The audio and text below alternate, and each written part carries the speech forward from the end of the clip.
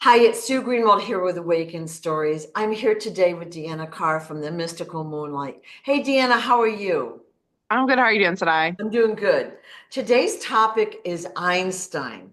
Okay, was he really the genius that we think he is? We've been taught through our whole lives what a genius, a high IQ person, cutting edge science that Einstein provided us. And I was walking around the house and I got a hit, do a video on Einstein to find out the truth. So there's a lot of info out there, so I'm going to summarize kind of it. I did not spend hours researching, but I want to spend some time to go over it and jump in there if you find something incorrect. So Einstein, of course, is known for his genius IQ. He was, although he never actually took a test, he's supposed to have an IQ of over 160. And the normal range is between 90 and I think 110 for a normal human.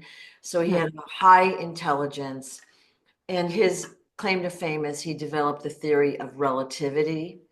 And he wrote several really cutting edge scientific papers. He won the Nobel Peace Prize and did all sorts of things, traveled around the world. He was wildly famous, and everyone just loved him. So he was German. He was born in Germany, and he was of Jewish descent. He basically escaped World War One. He denounced his German citizenship.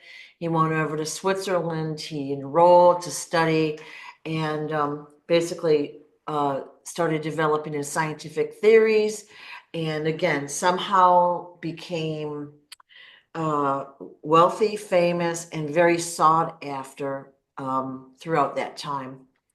In about 1933, he defected or he moved, we'll say, to the US. He knew the war was coming, supposedly. And so he moved to the US and then he wrote President, oh my golly, Roosevelt, a letter about the Germans having nuclear um, capability and their missile capability. So, of course, the US wanted to catch up slash surpass what anyone else had. Is that kind of the story that you are familiar with when you think of Einstein?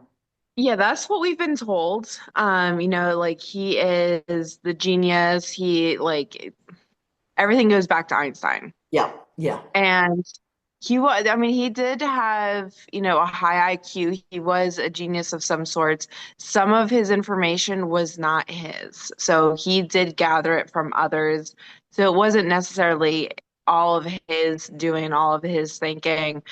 He did have collaborations with other people. Most of the time, it was kind of like behind the scenes. Um, Moving on to the ends part, which is probably the most important part, is why did he actually come to America? Um, you know, there's a few reasons he knew the war was coming. And he came here for a purpose, and he was actually considered what we would consider a spy. So he worked for both sides. So him telling Roosevelt that there had all these bombs and they had all these capabilities.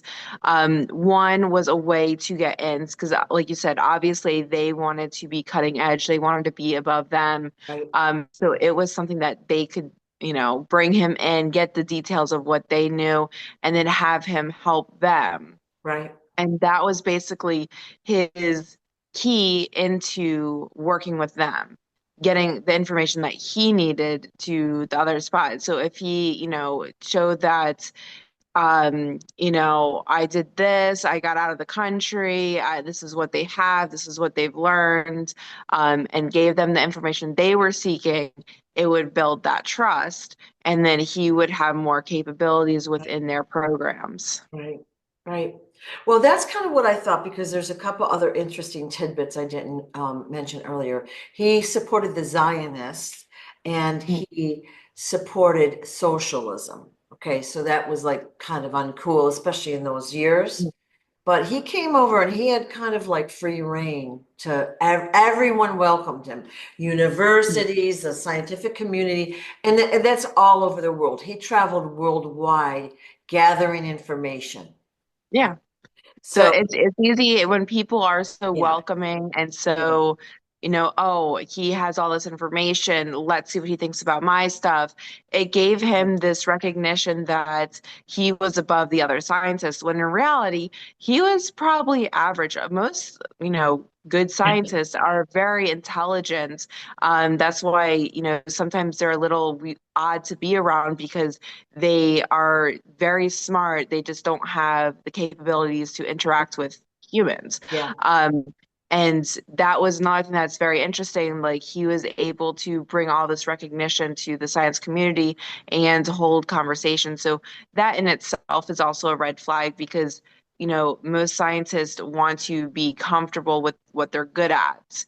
And usually that is science oriented. So unless he's speaking science to people, most people don't listen to scientists in the sense. right, right.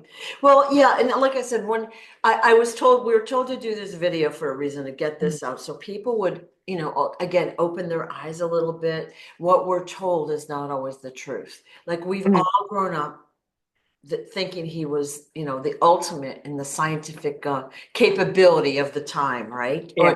And so far he hasn't been surpassed.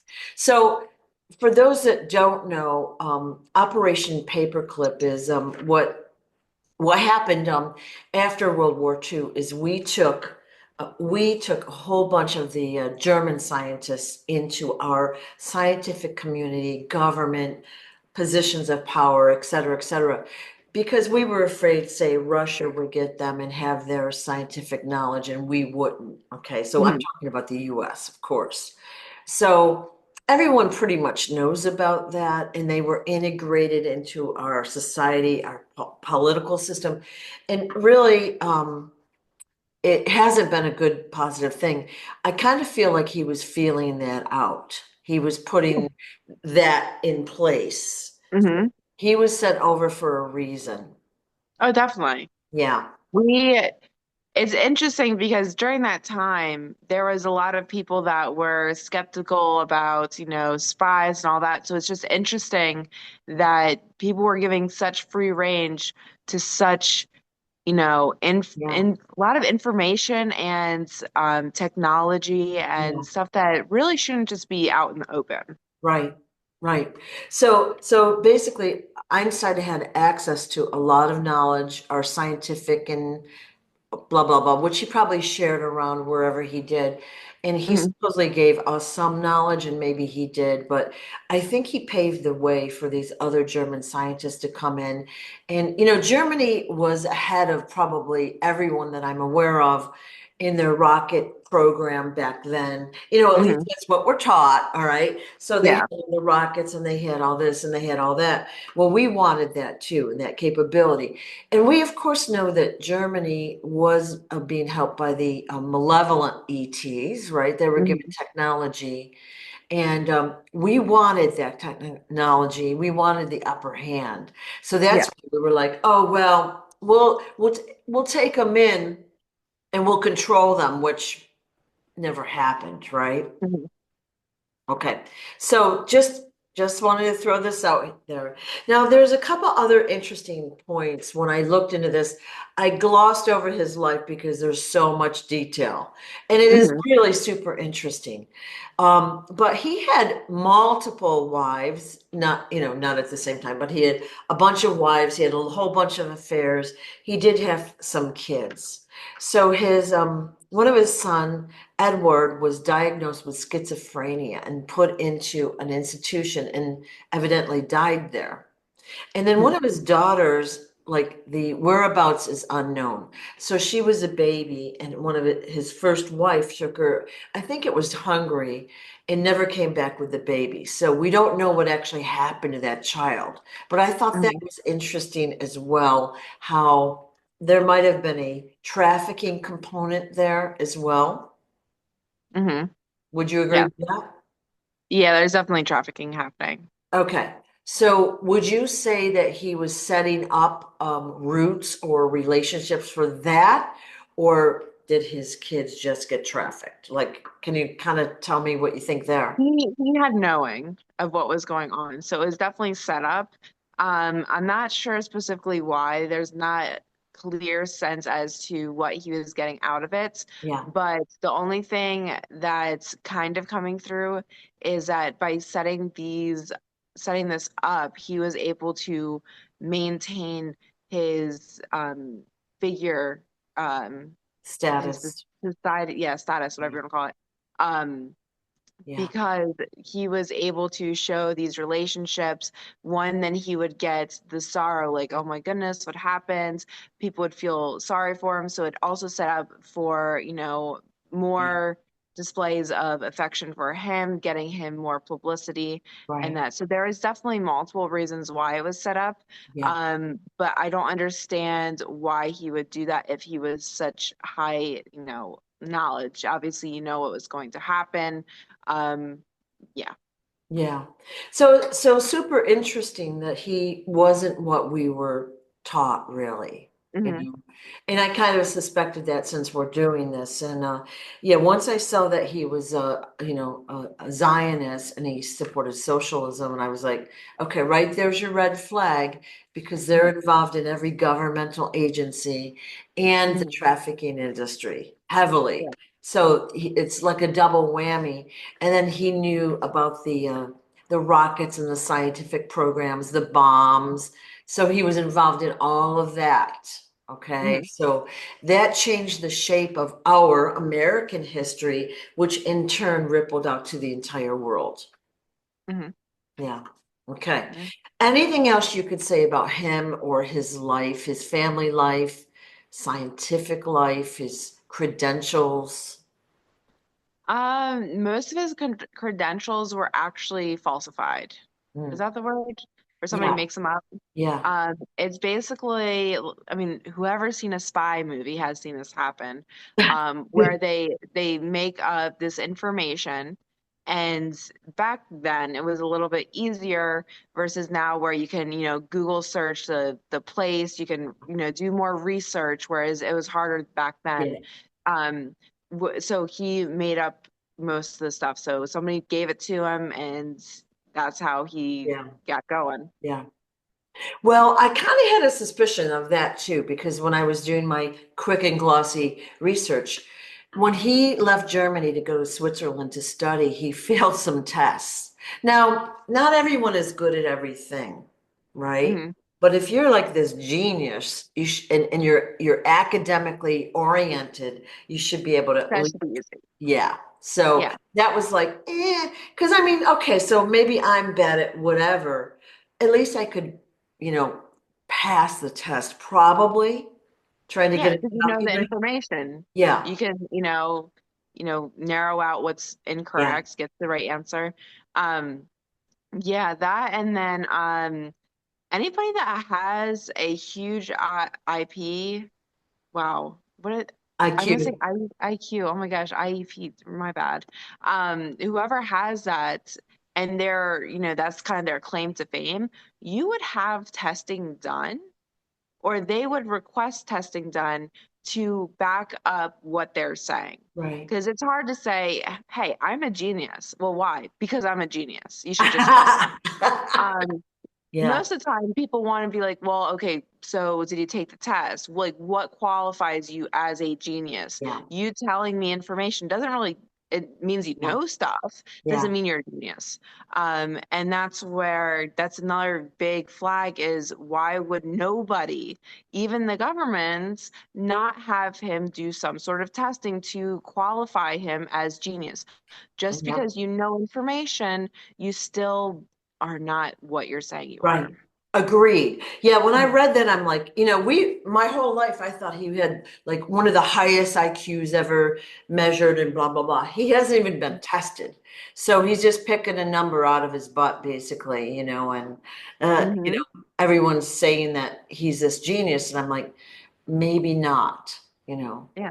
Yeah. And I've seen there's a lot of actual kids that are actually passing his IQ like nowadays, and they have already graduated universities by the age of 15.